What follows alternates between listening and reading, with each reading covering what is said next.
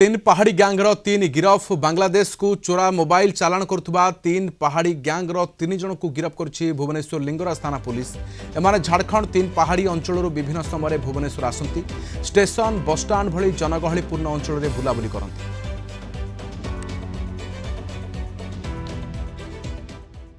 विशेष सूत्र खबर पाइले तीन जन युवक से गोटे जगह आम सामतरापुर माँ भुआसणी पार्क पाखे छिड़ा होकर कथबार्ता होती किसी गोटे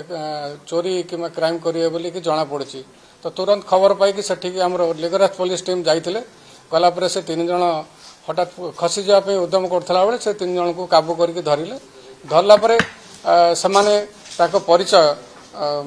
विकास शर्मा रामप्रसाद सोनी प्रदीप कुमार बोली कहले एवं से घर तीनपाट